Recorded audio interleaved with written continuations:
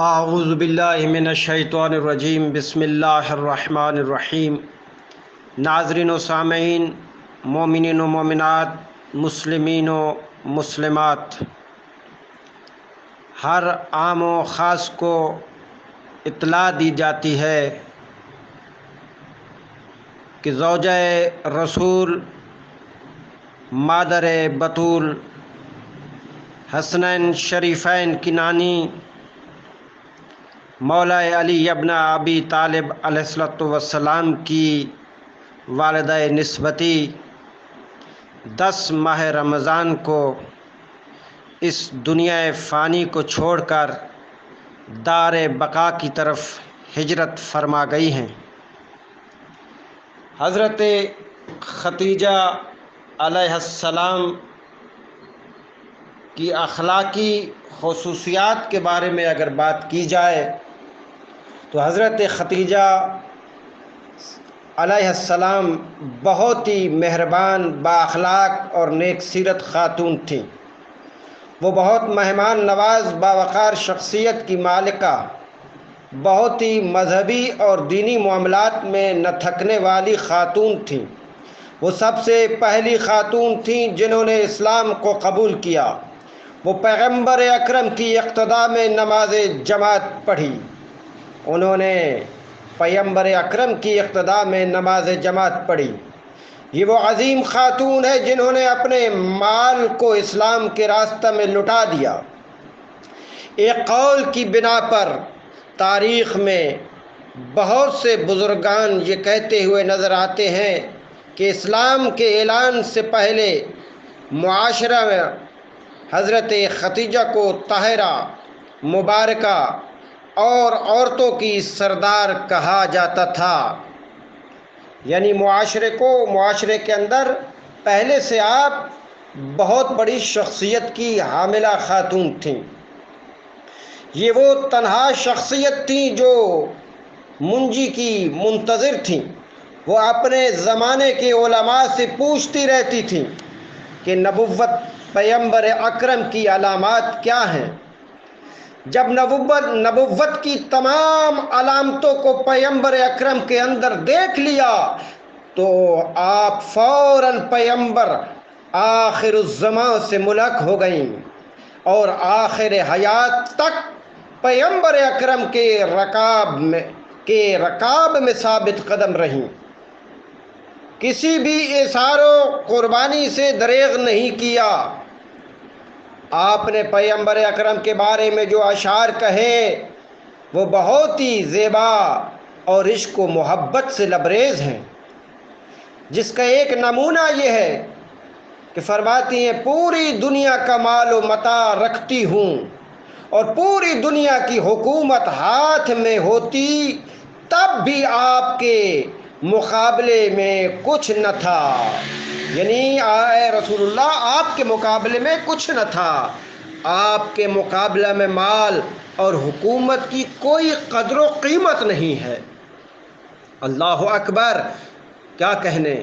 دین کی ترویج اور ارتقاء کی بات اگر کی جائے، یعنی دین کی ترویج کی بات کی جائے اور ارتقاء کی بات کی جائے اور حضرت خدیجہ کے اس میں کیا کردار ادا رہا ہے، تو حضرت خدیجہ کے پاس جو کچھ تھا انہوں نے اسلام کے راستے میں قربان کر دیا اور اسے پیغمبر اکرم کے قدموں میں رکھ دیا۔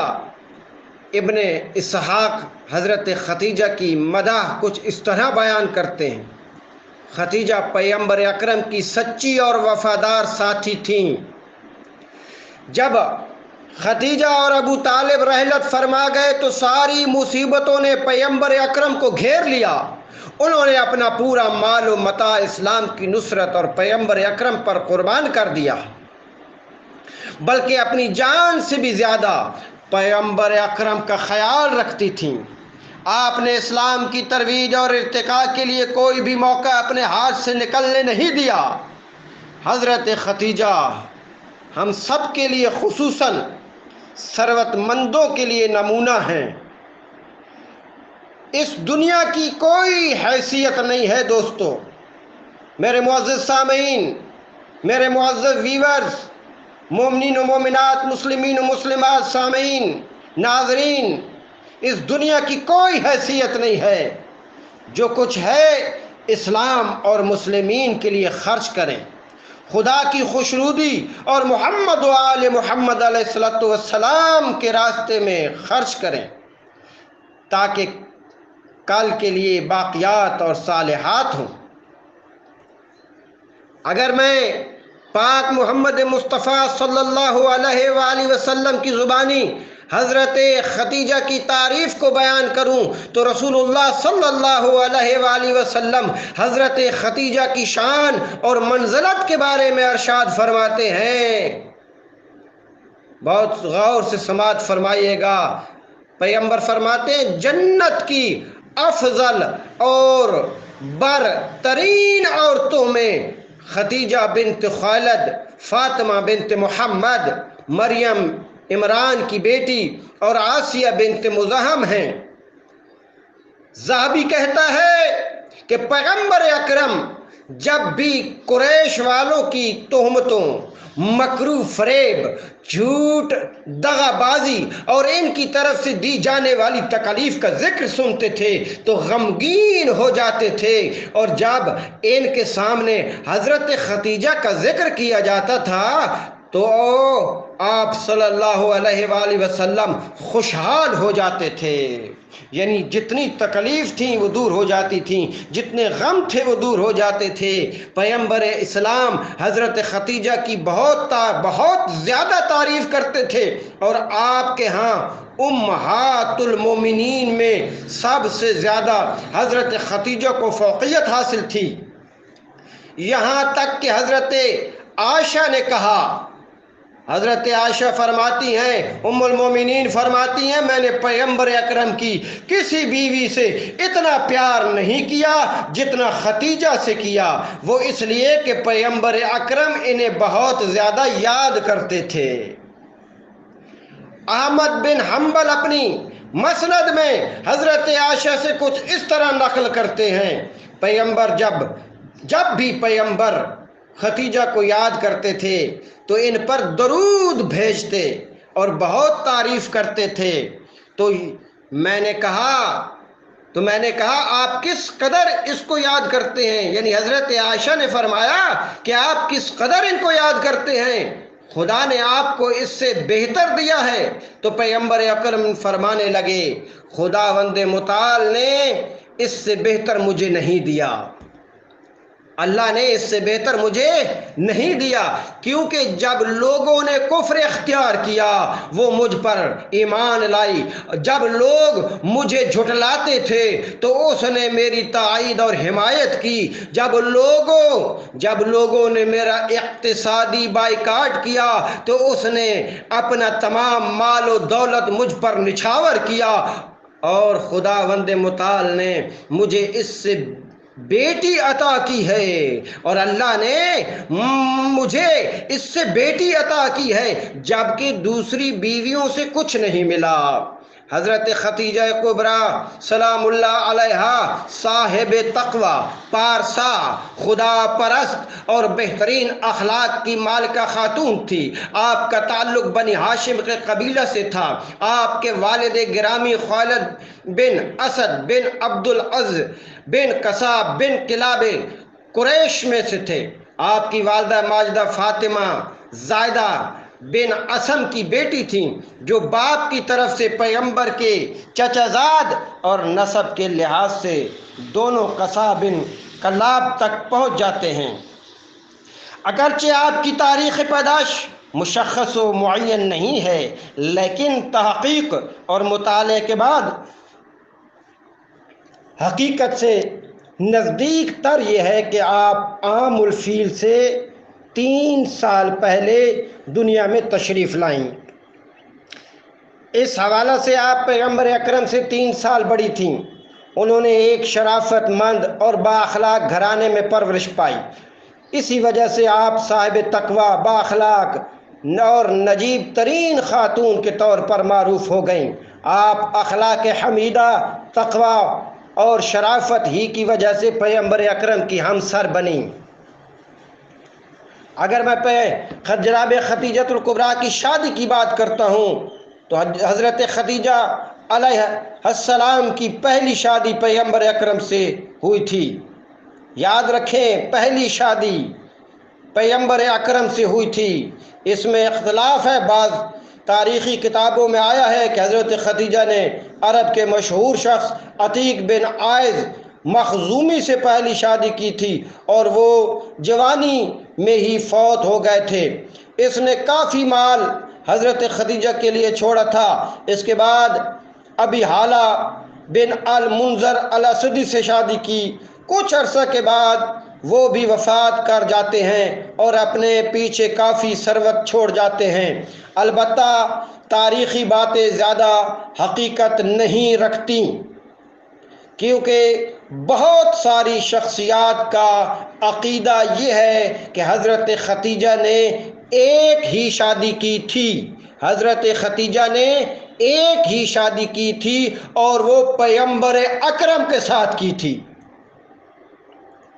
مثال کے طور پر ابو القاسم کوفی، احمد بلازری، سید مرتضیٰ، شیخ توسی، علامہ مجلسی وغیرہ اپنی اپنی کتابوں میں اس حقیقت کو ذکر کرتے ہیں کہ جب حضرت خدیجہ پیغمبر اکرم کے گھر آئی تھیں، اپنی بہن کی بیٹیوں کو اپنے ساتھ لے آئی تھیں، جن کی کفالت خود ان کی ذمہ تھی۔ حضرت خدیجہ کی ایک بہن تھی جس کا نام حالہ تھا اور ان کی 2 بیٹیاں تھیں۔ حالہ کا شوہر مر گیا تھا، وہ فقیر تھیں، اس لیے حضرت خدیجہ ان کی پرورش اور کفالت کیا کرتی تھیں۔ عزیزان گرامی قدر، جب حضرت خدیجہ نے پیغمبر اکرم سے شادی کی تو یہ 2 بیٹیاں حضرت خدیجہ کے پاس ہی رہتی تھیں۔ تاریخ نے حالہ کی بیٹیوں کو حضرت خدیجہ اور پیغمبر اکرم کے ساتھ نسبت دی ہے۔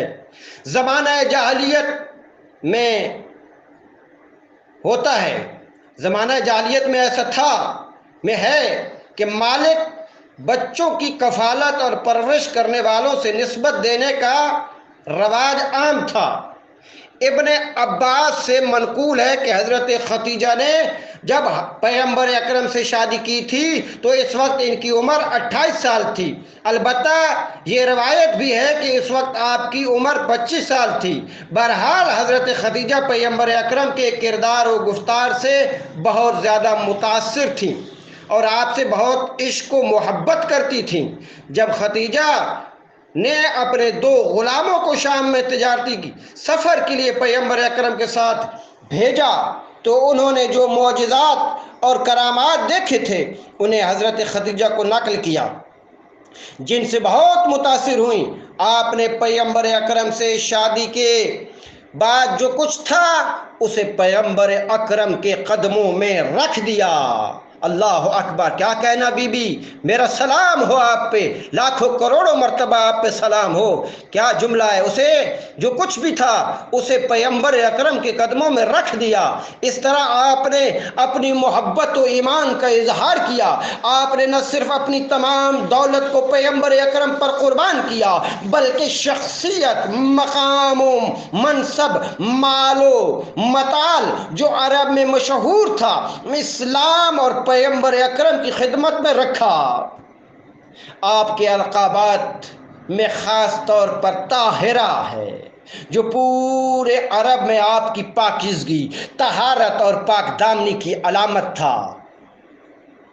اور اب آخر میں حضرت خدیجہ کی وصیت کو بیان کرتا ہوں۔ مومنین و مومنات، مسلمین و مسلمات، میرے معزز سامعین، ناظرین، حضرت خدیجہ کی وصیت سماعت فرمائیے گا۔ جب حضرت خدیجہ بیمار ہو گئیں تو پیغمبر اسلام آپ کے سرہانے بیٹھے رہے اور فرماتے تھے، خدیجہ کیا تم جانتی ہو کہ خداوند تعالی نے تم کو جنت میں بھی میری بیوی قرار دیا ہے اور بہشت میں اعلیٰ علیین میں آپ کے لیے جگہ دی ہے۔ آپ نے جب اپنی بیماری کو شدید رکھا تو کہنے لگیں، جب اپنی بیماری کو شدید دیکھا، جب ختیجہ نے اپنی بیماری کو جو شدید دیکھا تو کہنے لگی، یا رسول اللہ، میں نے آپ کے حق میں کوئی کوتاہی کی ہے تو مجھے معاف کر دیجئے گا۔ پیغمبر اکرم نے فرمایا، تم سے میں نے کبھی کوئی کمی و پیشی نہ دیکھی، اور جب بھی مجھے تھکا ہوا اور پریشان دیکھا تو اپنی تمام جان و مال میرے اوپر نچھاور کر دیا۔ عزیزان گرامی قدر، عزیزان محترم، حضرت ختیجہ نے عرض کی، یا رسول اللہ، حضرت فاطمہ زہرا کی طرف سے اشارہ کرتی ہوئی آپ نے ارشاد فرمایا، بہت خیال رکھیں، چونکہ یہ میرے بعد یتیم، غریب اور تنہا ہو جائے گی۔ یہ میری بیٹی تنہا ہو جائے گی، میری بیٹی یتیم ہو جائے گی، میری بیٹی غریب ہو جائے گی۔ عزیزان گرامی قدر، پس خدا نہ کرے کہ قریشی عورتوں کی طرف سے اسے کوئی اذیت و تکلیف پہنچے۔ اے عزیزو، یہ حضرت کی وصیت، حضرت ختیجہ کی وصیت ہے، اور پیغمبر سے کہہ رہی ہیں کہ کوئی اسے تکلیف نہ پہنچائے، کوئی قریشی عورتوں کی طرف سے کوئی اسے تکلیف نہ پہنچائے، کوئی اسے ضرر نہ پہنچائے۔ خدا نہ کرے کہ کوئی اس کے چہرے پر تھپڑ مار دے۔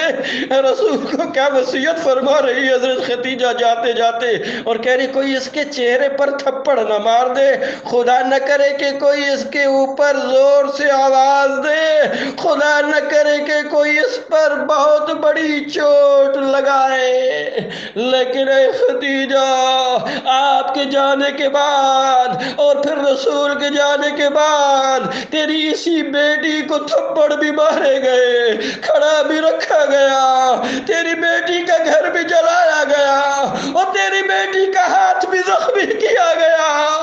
اے خدیجہ، ہمارا سلام قبول کیجئے میری آقا زادی۔